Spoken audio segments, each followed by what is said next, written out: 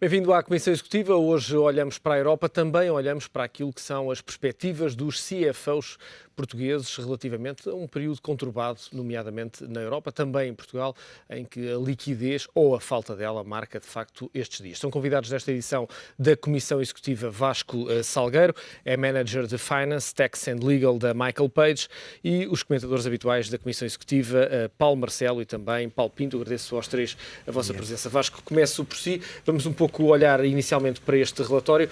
O que é que os CFOs pensam que vai acontecer nos próximos tempos? Calculo que não sejam propriamente otimistas. Não, eles são otimistas relativamente à performance das suas empresas que representam, não tanto em relação às perspectivas económicas a nível europeu. E quais são, olhando para aquilo que é, decompondo esse relatório, quais são os principais fatores a ter em conta? Os principais fatores a ter em conta, portanto, são as grandes diferenças e semelhanças que o relatório acaba por despertar, a idade em que se atinge a posição de CFO. Portanto, eu penso que as grandes diferenças são a idade em que se atinge a posição de CFO, com situações perfeitamente diferentes em todos os países, ao nível da remuneração também grandes diferenças. Dentro da remuneração, a componente variável, que em alguns países atinge, de alguma forma, um impacto maior do que noutros. A forma como avaliam a situação económica do seu país também varia, portanto, entre a Europa e outras localizações geográficas. Em Portugal, Vasco, os CFOs portugueses estão particularmente pessimistas relativamente ao comportamento da economia portuguesa. Sim, estão de facto um pouco apreensivos relativamente à situação económica global, embora confiando bastante na sua performance enquanto empresa. Isso é de facto uma situação que se destaca. Agora, claramente, a conjuntura económica atual não nos permite, e sobretudo ao nível dos CFOs, ter aqui grandes otimismos sobre a economia global e o impacto direto que terá relativamente à performance das suas empresas. Muito bem, Paulo. Esta é uma visão, Paulo Marcelo, esta é uma visão mais micro de um contexto macro que ao longo das últimas semanas temos vindo aqui a analisar. Na última semana não houve particularmente boas notícias ou desenvolvimentos importantes. A Europa continua neste pantanal, de facto, de ir-se afundando todas as semanas um pouco mais, sem que surjam medidas concretas. Pois, esta semana não houve assim grandes novidades, enfim, para além das declarações do Presidente do Banco Central Europeu e depois de uma declaração conjunta da chanceler Merkel com o novo Presidente francês, dizendo que tudo fariam para salvar o euro e para ajudar a Espanha, e isso, enfim, deu alguma acalmia aos mercados, mas o que está a acontecer é que estas declarações sucedem-se e cada vez mais os agentes económicos, os cidadãos, valorizam menos este tipo de declarações. Porque, enfim, para além das intenções, é necessário realmente atos concretos, decisões concretas, e as decisões que foram tomadas na última cimeira demoram muito a ser postas em prática, relativamente, por exemplo, à União Bancária ou à supervisão bancária. Temos de aguardar por setembro para que o Tribunal Constitucional alemão aprove ou não, enfim, esta possibilidade do Fundo de Estabilização Financeira ter, enfim, responsabilidades acrescidas que passam, por exemplo, por comprar dívida e por poder ajudar diretamente os bancos. E o próprio texto, que será o texto central das novas competências de supervisão europeia, só será definido em outubro pela Comissão Europeia. Depois haverá uma discussão europeia sobre essas novas competências e responsabilidades de supervisão dos órgãos europeus, e só depois, talvez lá para fim do ano, é que poderemos ter novidades quanto a isso. Portanto, o que se nota é que há um ritmo completamente diferente daquilo que é o ritmo dos países e das necessidades dos países e a forma como os mercados olham para esses países, do ritmo de concretização das medidas que têm sido anunciadas. É este desfazamento que está a causar, enfim, esta emergência, este pânico. O El País, penso que ontem, ou sábado ou ontem, tinha um dos títulos que dizia que o governo espanhol vive numa situação de emergência permanente. E, de facto, vai ser um verão quente, porque, enfim, os mercados, por um lado, já antecipam que vai haver um resgate total, mas, por outro lado, Espanha faz tudo para que seja percepcionada a nível europeu, a nível dos mercados, de uma forma diferente. E, enfim, antecipo que este verão, e concretamente este mês de agosto que se aproxima, a situação não vai mudar muito. Paulo, uma das notícias que vem do final da semana passada, penso que sexta-feira, ou terá sido mesmo divulgada no sábado, grande parte dos bancos alemães, os mais importantes, secaram, digamos assim, para os países da periferia, agravando ainda mais o financiamento de um conjunto de países que já estão numa situação difícil.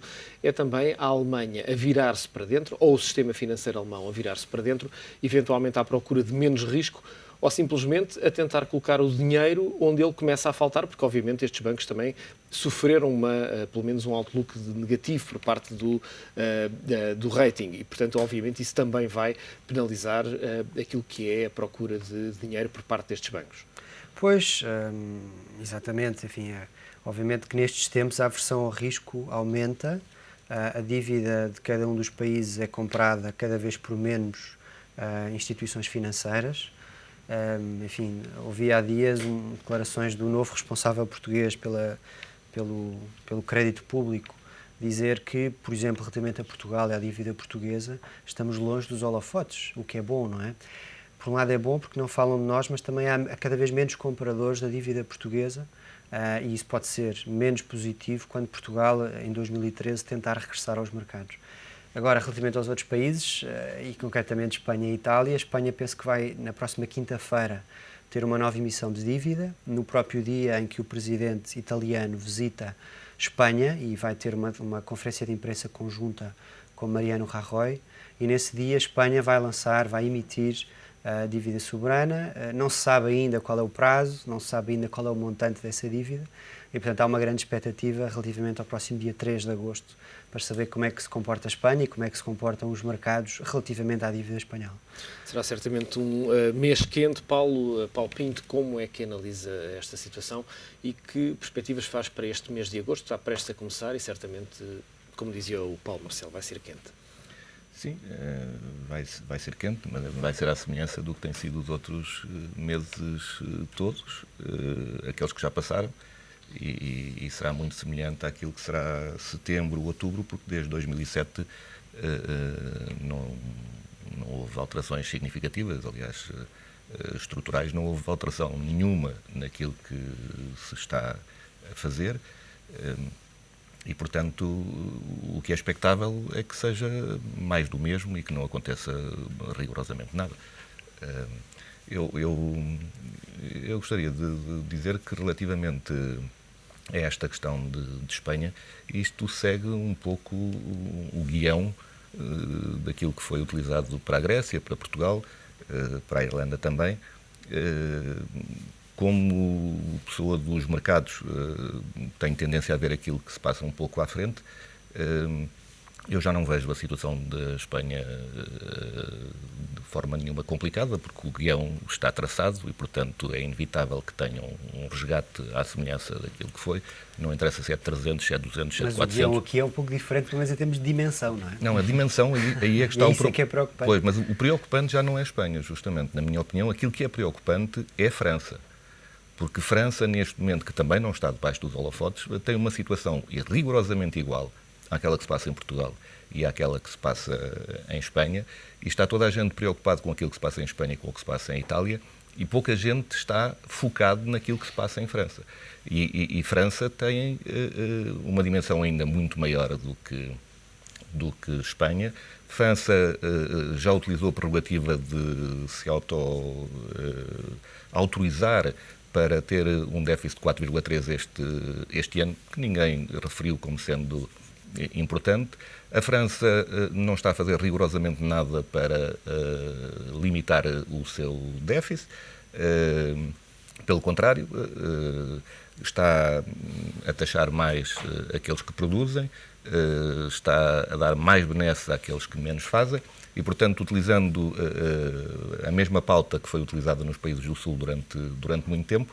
E eu creio que o problema que nós temos na Europa, independentemente dos jornais poderem classificá-los de mais quente, menos quente, pelos períodos que nós estamos a viver, é que os problemas normalmente nunca buzinam antes de acontecer o acidente. E eu creio que aquilo que nós estamos a viver é uma contagem decrescente e, portanto, cada dia que passa, independentemente de estamos a chegar a agosto ou de estarmos a chegar a setembro, é um dia mais ou um dia menos até chegarmos a uma situação muito mais grave. E que situação é essa, Paulo? E, obviamente, a impossibilidade da França conseguir cumprir os seus compromissos? Bom, eu creio... E de se financiar nos mercados? Claro, eu creio que isso é já, neste momento, para mim, um dado inevitável. A dificuldade que eu tenho é que nós falamos do mundo financeiro e desta questão das finanças, quando o mundo financeiro passou a ser já uma área totalmente jurídica. Isto é decidido a nível jurídico, já tem pouco a ver com finança. Os mercados estão totalmente manipulados. Nós estamos a falar de mercados, mas a única coisa que interessa é saber se o Banco Central injeta mais dinheiro ou se não injeta mais dinheiro. A única coisa que interessa saber é se os Estados Unidos, a Fed, vai comprar dívida ou não vai comprar dívida. E, portanto, dizer quem são os compradores nós sabemos quem são. São sempre os mesmos, são aqueles que estão em dificuldades que vão comprar. Por exemplo, se houver um resgate para a Espanha, nós já sabemos que Portugal vai ter que contribuir com 10 mil milhões. Estas coisas a gente discute todos os dias nos jornais e nas televisões e acha normal. Eu quando não percebo alguma coisa, gosto de trazer ao meu nível e, portanto, se eu tiver em dificuldade e uma pessoa próxima estiver em dificuldade, dificilmente eu vejo as pessoas em dificuldade ajudarem-se a este nível. Portanto, se pensarmos que em relação a estes 100 mil milhões que vão ser dados à Espanha, 20 mil milhões vêm de Itália, que também está nas mesmas circunstâncias. Outros 30 vêm de França, que está na mesma coisa. A França tem neste momento 86% de rácio de endividamento do seu PIB. Se se considerar todas as responsabilidades que tem, já vai em 150%. Nós estamos a viver uma economia de faz de conta. E faz de conta que há entidades que têm dinheiro, e faz de conta que uns têm a possibilidade de poder emprestar a outros, e faz de conta que uns têm a possibilidade também de utilizar esse dinheiro bem, e outros têm a possibilidade de o utilizar mal, mas é tudo um pouco faz de conta. E o que eu gostaria de ver nestas pessoas ligadas à área financeira, mas que são essencialmente juristas, é que se aplicasse um modelo diferente, porque já Einstein dizia que o máximo da estupidez era as pessoas continuarem a fazer as mesmas coisas esperando resultados diferentes. E desde 2007 nós estamos a aplicar exatamente sempre a mesma receita, na expectativa de que o outcome disto seja diferente, e não vai ser. Eu não sou tão catastrofista, mas enfim, se o pior dos cenários concretizar, o que está em causa, em última análise, enfim, uma primeira fase será a sobrevivência do euro. Isso, enfim, é o que está em cima da mesa, de alguma forma. Mas se Espanha tiver necessidade de ser resgatada, depois a Itália e, eventualmente, como dizia o Paulo, França, está em causa depois a própria democracia, ou pelo menos o sistema político europeu como o conhecemos. Um sistema. Mas já está em causa neste momento. Nos últimos... não, vamos ver, está em causa estar em causa sempre está, não é? No sentido que depende da atuação dos agentes políticos, dos cidadãos. Agora, o que eu estou a falar é que podemos regressar aos anos 30, pré-Segunda Guerra Mundial, onde em muitos países europeus, devido à situação social de enorme gravidade, muitos países deixaram de ser democracias e houve regimes nacionalistas, totalitários, que chegaram ao poder. E é muito difícil, sobretudo em países onde a democracia, enfim, não está tão consolidada como talvez a Inglaterra ou os Estados Unidos, mas enfim, outros países do sul da Europa ou países com tradições democráticas mais recentes, sem ser numa fase de crescimento, de um certo desafogo económico, que a democracia se mantenha. E isso é a grande questão, não é? Se vamos conseguir manter o sistema democrático, o sistema político como está, com uma crise financeira, económica e social que pode ser totalmente alterada nos próximos tempos. Eu acrescentava aqui um ponto que me parece importante, porque no meio deste contexto vamos acrescentando alguns pontos deste relatório que a Michael Page fez junto a uma amostra que é considerável, quase 300 CFOs em Portugal, e que um dos pontos que este relatório traz é exatamente que os CFOs, durante o próximo ano, vão focar-se claramente na redução de custos das empresas, naquilo que é a otimização de projetos, ou seja, alocar melhor o dinheiro ou o escasso dinheiro que existe, mas obviamente também cortar, diria eu, ainda mais aquilo que é a estrutura das empresas. Claro, acaba por haver um impacto direto na questão dos custos fixos, não é? Que está subjacente ao número de pessoas de cada uma das áreas. E claramente o Departamento Financeiro não foge a essa regra. Portanto, a otimização de processos, a otimização de custos e retenção de talentos vai ser esse o objetivo durante o ano de 2012, porque não acredito que existam grandes necessidades de reforço das equipas e talvez uma tendência até para a centralização de alguns serviços financeiros ao nível das sedes, das casas-mãe. Porque esse efeito, peço desculpa pelo te interrompido, sim, sim. Esse efeito poderá levar a uma deslocalização, nomeadamente de algumas empresas, para se focarem naquilo que será o centro de uma área geográfica. E normalmente em Portugal pensa-se em Madrid. Claro que sim. Nós também já sentimos a tendência inversa. Houve alguns anos em que alguns centros de competências foram criados em Portugal. Agora sente-se claramente a tendência de deslocalizar, quer para a Espanha, quer para outros países onde neste momento, eu estou a lembrar-me de uma Índia ou até mesmo de outros países onde os custos de mão de obra são mais reduzidos e onde faz sentido ter, por exemplo, um centro de competências e uma otimização de custos subjacente a esse mesmo centro de competências. Aí Portugal pode funcionar ao contrário, tentar trazer para Portugal alguns centros de competências? Isso depois tem a ver também com questões fiscais e com o custo de mão de obra, a flexibilidade laboral, não é? Que neste momento também não nos são muito favoráveis. Por isso, neste momento, o contexto não é de todo propício para esse tipo de situações. Embora existam alguns exemplos em Portugal, estou-me a lembrar de uma empresa do setor segurador como a Hiscox ou como uma NetJet, que em Portugal tem centros de competências construídos com departamentos financeiros, a área de recursos humanos, e convém manter essas empresas, e por vezes é difícil, e tentar atrair outras para que a economia portuguesa e o mercado de trabalho ganhem com isso, não é? Que neste momento também é muito importante. Este relatório não é um relatório apenas feito em Portugal. É possível termos alguma perspectiva, nomeadamente europeia, relativamente aos mercados onde o sentimento é mais ou menos positivo? Numa abordagem muito breve, ou seja, perante este relatório é possível perceber quais são os mercados onde os CFOs estão mais ou menos otimistas relativamente aos próximos tempos? Não, o setor industrial, o setor dos serviços, claramente se destaca relativamente a outros, mas sinceramente o objetivo do estudo também não foi tanto de perceber em que setores é que existe maior otimismo ou não, mas relativamente à forma como os CFOs, em termos de remunerações, em termos de possibilidades de progressão e de crescimento, e da forma até como veem a União Europeia em termos de possibilidades de crescimento económico, foi mais esse o objetivo. Mas não há nenhum setor que se possa destacar a esse nível como sendo mais positivo em termos de crescimento ou não. Há a ambição dos CFOs em terem uma carreira fora de Portugal? Calculo que sim. Claro que sim. E quais são os principais objetivos que levam a esse desejo? Existe claramente uma questão de mercado, uma questão de remuneração? A remuneração, sobretudo, foi apontada claramente no estudo como uma das principais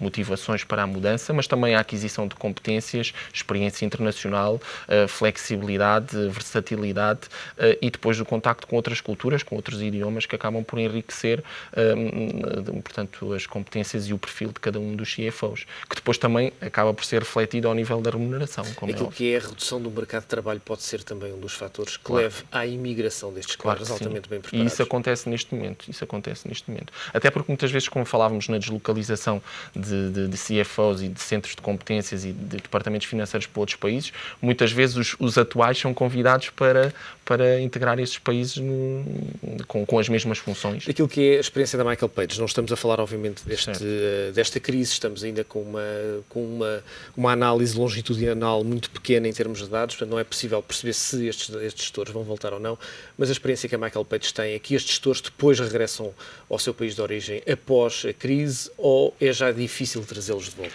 É possível que regressem, agora também é preciso perceber se eles estão dispostos depois para abdicar de algumas condições que vão obter noutros mercados, não é? E tudo depende da forma como a economia portuguesa estiver nesse momento, mas eu creio que em termos da situação salarial vai ser muito difícil pelo menos manter a mesma e regressar a Portugal, não é?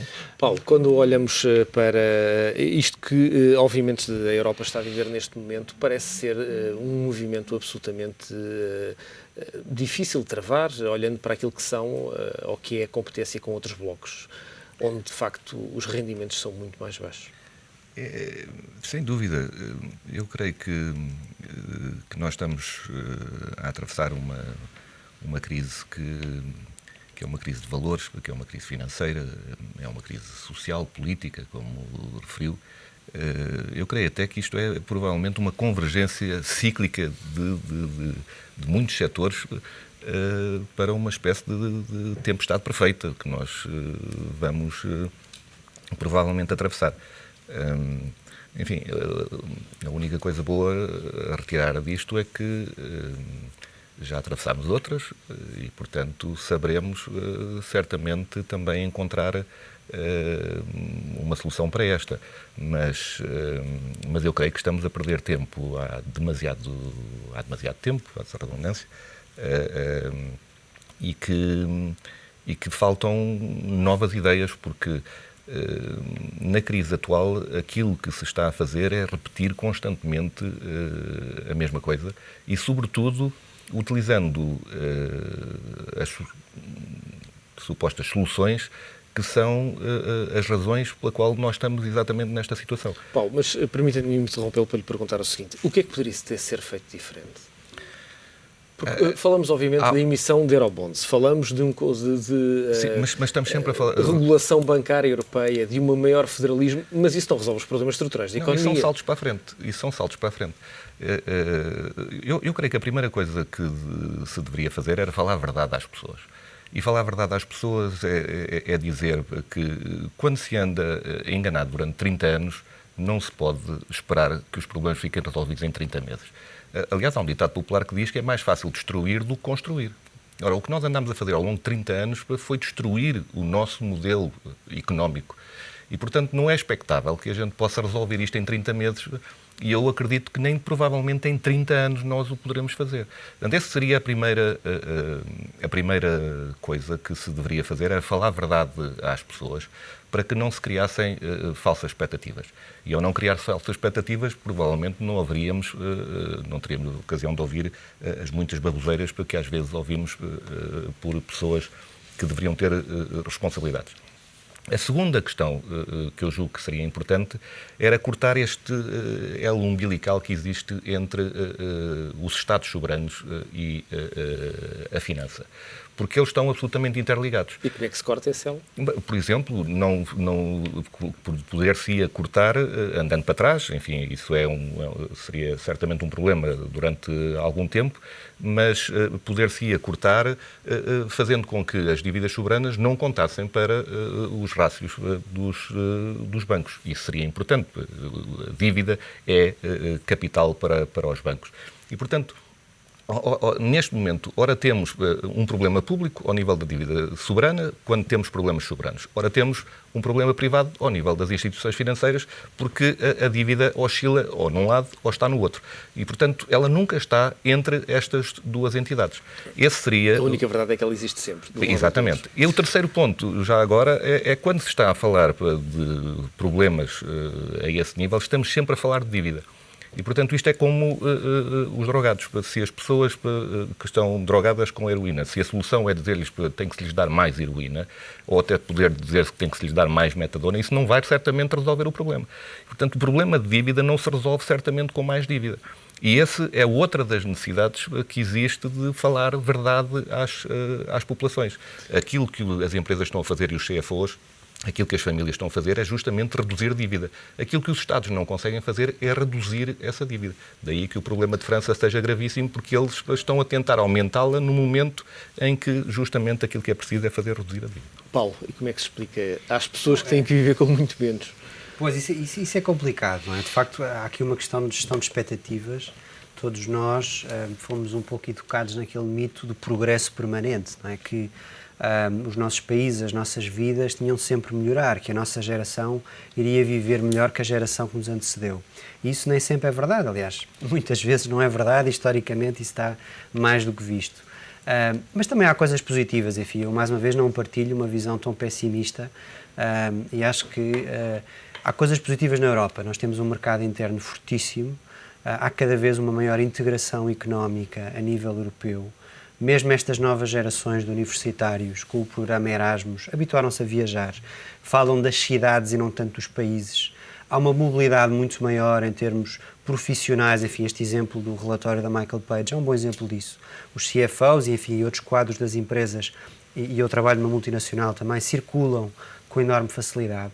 E, portanto, a dimensão do mercado europeu, e a própria mobilidade e fortaleza do próprio mercado interno são fatores que podem ser benéficos para nós, para a Europa.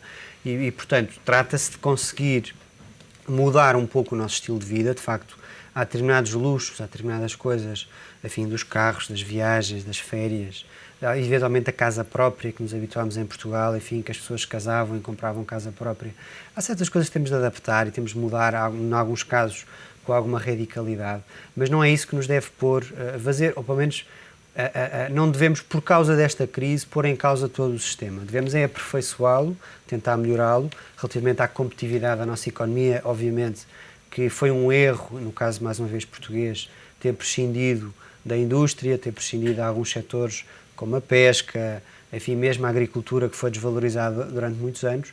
Temos de voltar a olhar para esses setores de uma forma diferente, mas, enfim, penso que, apesar de tudo, há formas de sairmos desta crise e também não podemos, pelo menos no início destas férias, sair daqui totalmente deprimidos a pensar que o mundo vai acabar em agosto. Muito bem, estamos em cima do nosso tempo. Paulo Marcelo, Paulo Pinto, Vasco Salgueiro, foi um prazer contar convosco nesta Comissão Executiva, que fica por aqui, regressa amanhã. Aproveite este dia.